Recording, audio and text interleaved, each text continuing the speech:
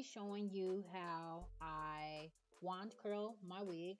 The only thing that I did to the wig was wash it and let it air dry for probably like a day or so.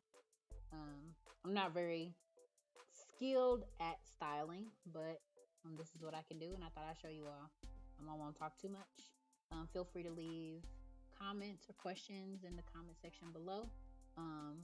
Remember to like, comment, share, and subscribe.